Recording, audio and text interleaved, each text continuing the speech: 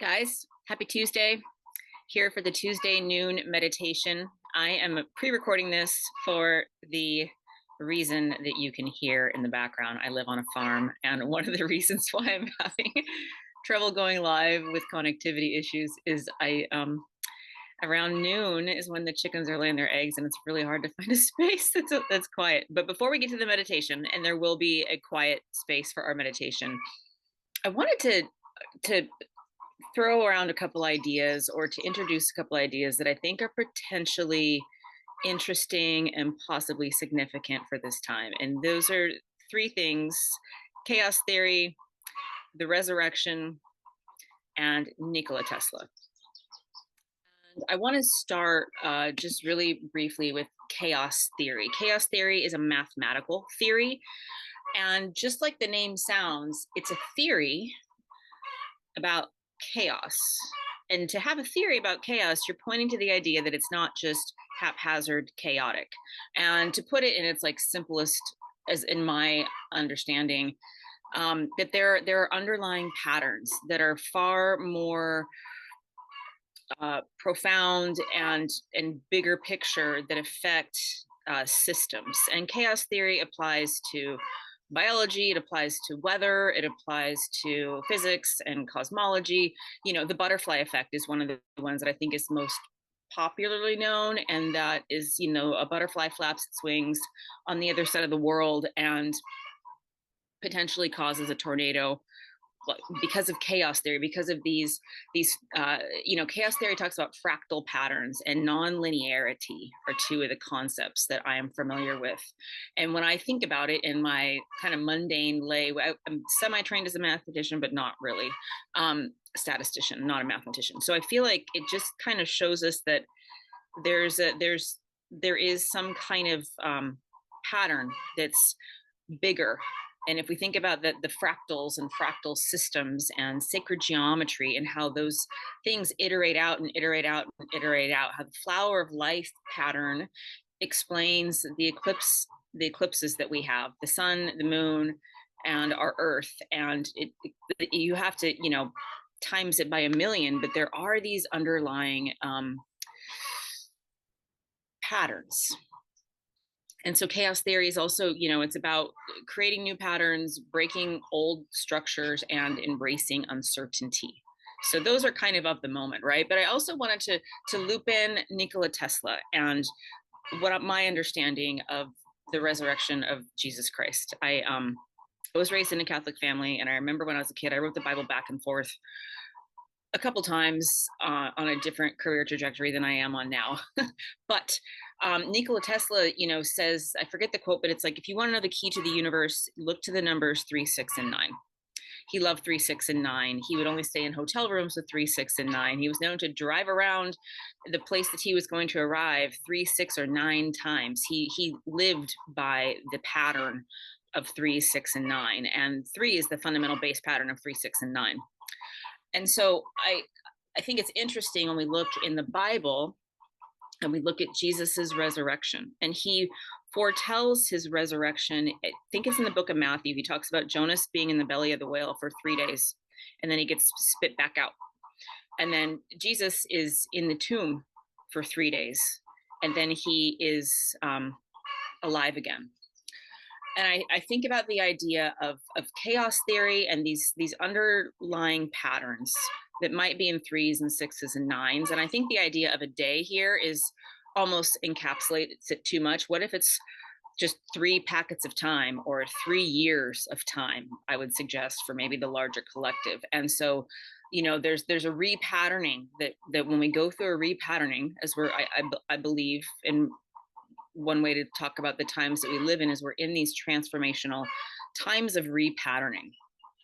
And so there's this tacking on to the ideas that we know that we want, and there's the watching the old structures disintegrate, and that's the beginning of the first day or the first year or the first time packet.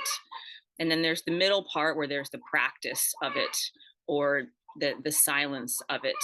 And there, you know, I said last week that it seems like we're in the middle right now.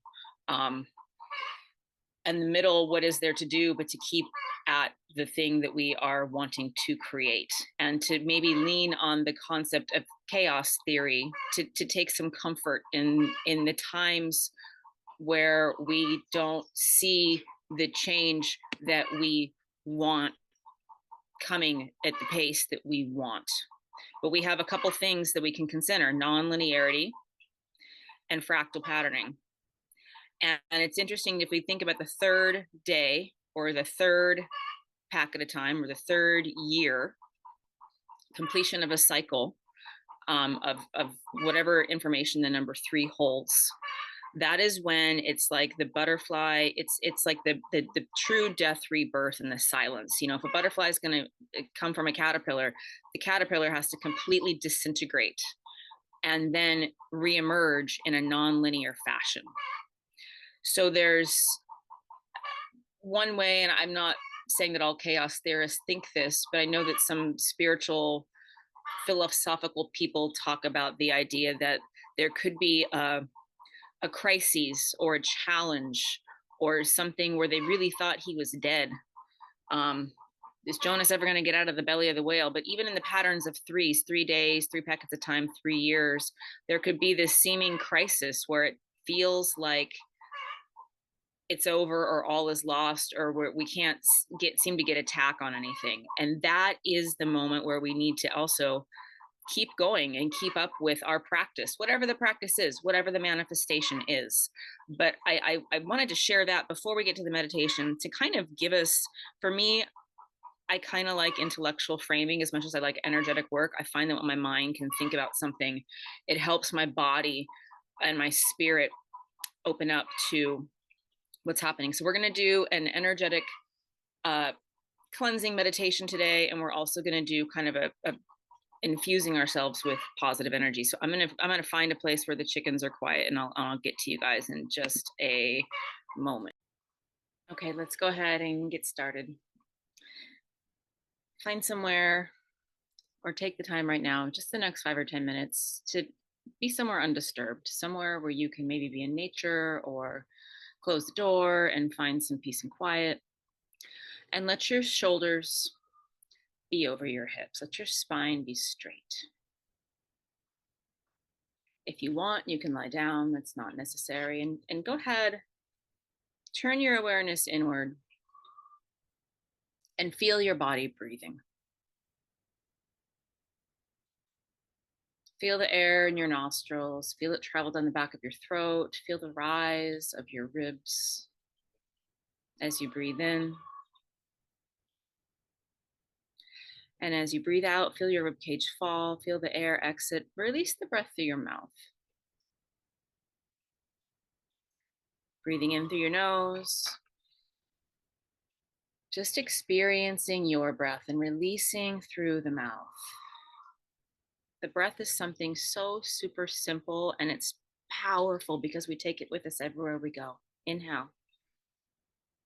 And just feel how good it feels to experience your breath. Exhale. Not only is the breath simple, but the metaphor is simple. Breathing in is the experience. Take in fresh air. Take in fresh prana. Take in the moment of now. Exhale. Release the stuck energy. Release the stale air. Release anything that's ready to go with the out breath. And just spend a few moments just simply like that. Super, super duper simple. Inhaling and exhaling. And maybe if you want to, you can deepen your inhale. You can lengthen your exhale. It just helps the body get the signal it's okay to relax. Breathing in through your nose and releasing through your mouth.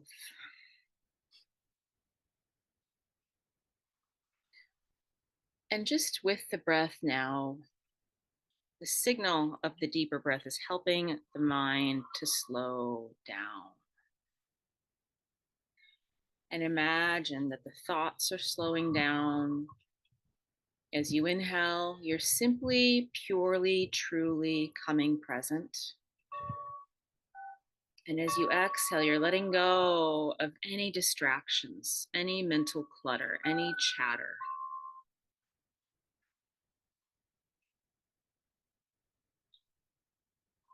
So feel your mind, your mental body respond to the breath.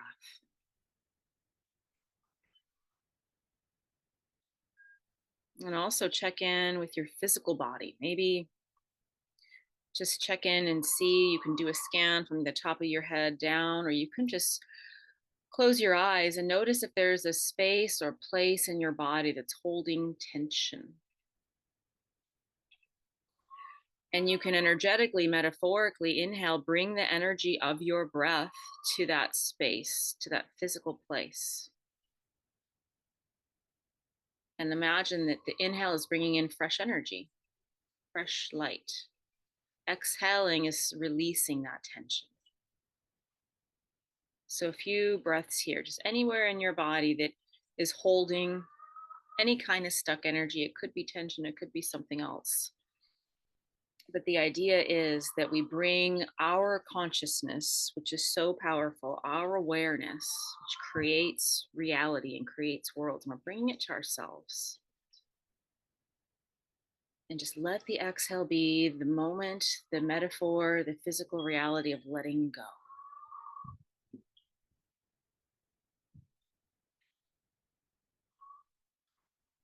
And feel how simple but powerful that practice can be. Just being with your body, helping your body to release, to surrender. And then check in with your emotions as well. We can use the breath, breathe in, notice if there's an emotional quality that you're experiencing right now, whatever it is. And exhale, anything that is suboptimal. Let it be that the exhale is the time, the metaphor for you to be able to release. And just being with this breath, your breath, the breath that you carry with you everywhere. This can be something that you can choose to do any and every moment of the day. Take in the energy of now. Take in the power of your now present moment. Receive it, claim it, exhale. Anything that's ready to go, that's not of your essence, releases with your breath.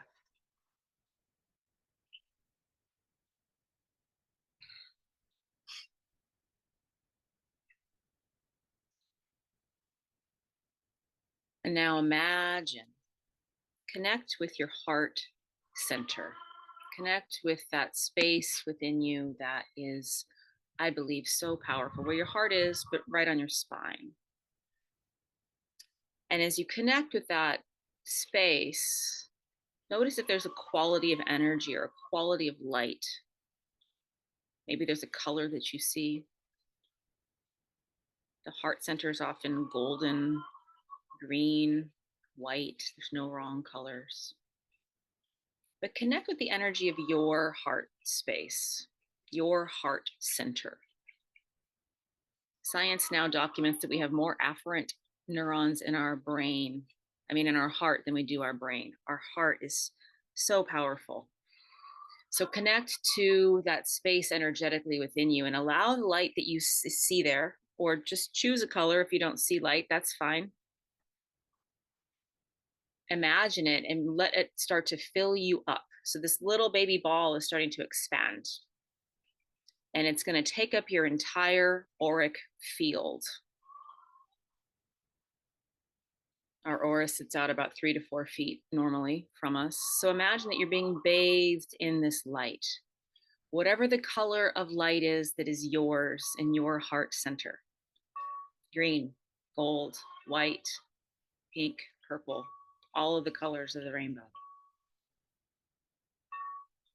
And every color of light carries a different frequency. It carries a different set of information. So trust that whatever color you're experiencing is the color of your now moment. Your heart knows the color of light that is your medicine for today. And so you're being bathed, you're basking in your own light, the light from your heart.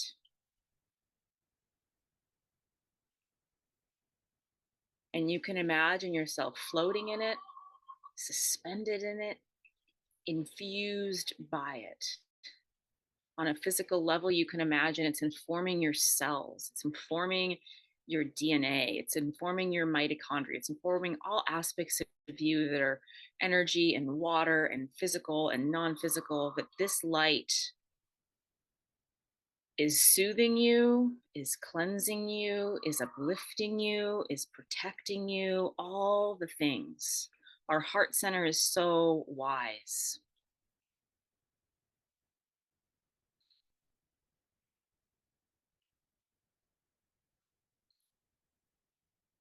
And then imagine from the top of your head, from the crown chakra, there's where our energy runs through our aura like it's a toroidal field. So out the top of the head is an opening, out the bottom of the base of the spine or out the feet is an opening. So at the top of your head is an opening, and you're receiving light from spirit. Maybe beautiful white light is coming down from the sky into your crown, and let that light come down through your face, down through your forehead, down through your jaws, down through your shoulders, into your chest, and into your heart center. So now there's this mingling of the light that you experience with your heart and the light from spirit. And then from the bottom of your field, we have an opening down the bottom. The energy from Mother Earth is coming up. Pull it up through your root chakra, pull it up through your feet, through the base of your spine. And this is beautiful golden light. Let it move through your legs, move through your hips, move through your ribs, and move up into your heart. So now we've got this tri-fold mixing: light from spirit, light from Mother Earth, and the light that is your own.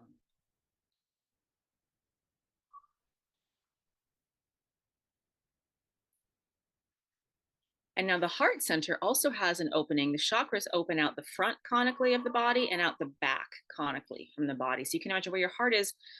You can take in energy and you can receive energy and send it out both from the front of you and from the back of you. So now we're going to start to breathe, taking in energy from the front and from the back of the heart, taking in energy from the top and from the earth below, bringing that into your heart.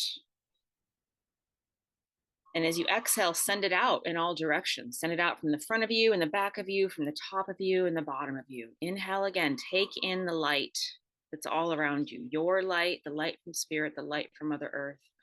Exhale, send that out in all directions. And we're just going to spend a little bit more time here, just simply breathing like this. Visualizing that light is coming in as you inhale from the crown and from the root and into your heart from the front and the back. And as you exhale, it's going out just as it came in.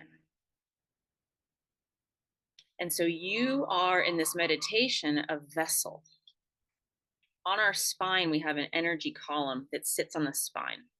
And we can take in light and we can send out light. So now the beautiful thing of sending this light out in all directions. No agenda as to where it goes, what it needs to do. It's just the light that comes from your heart, your healing light, your loving light, the energy of your heart. You're sending it out in all directions, but you're also receiving everything that you're giving. So just a few more minutes here, just breathing. Inhaling through your nose, but inhaling through your heart, inhaling through your crown, inhaling through your root. Take it into your heart, exhale, send it out in all directions. Exhale through your mouth.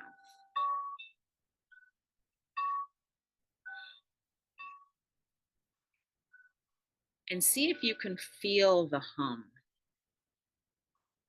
The hum that comes from connecting to your heart, connecting to spirit, connecting to earth, being present, and sending love in all directions. Continue to breathe here. We'll do it for just another minute or two more.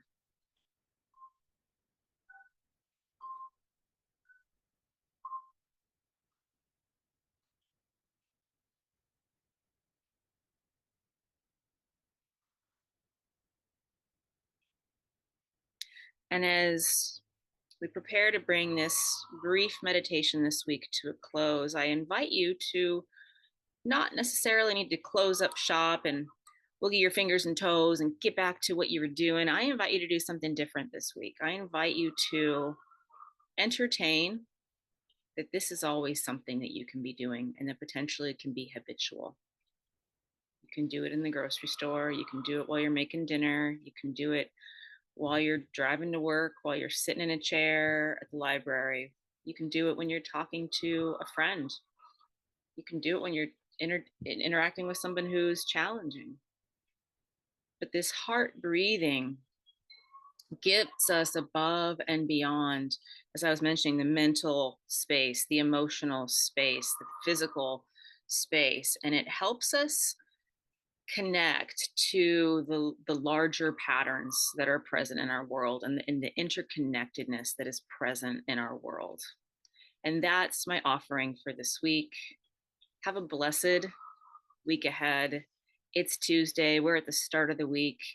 And if anything comes through this week that feels uncertain or less than 100%, think about that chaos theory perspective, the 3-day, the 3-cycle perspective, and see if you can find nourishment and motivation to continue, to trust, to lean in, and to move and breathe from your heart. Have a blessed week. I'm super grateful for you guys. Take care.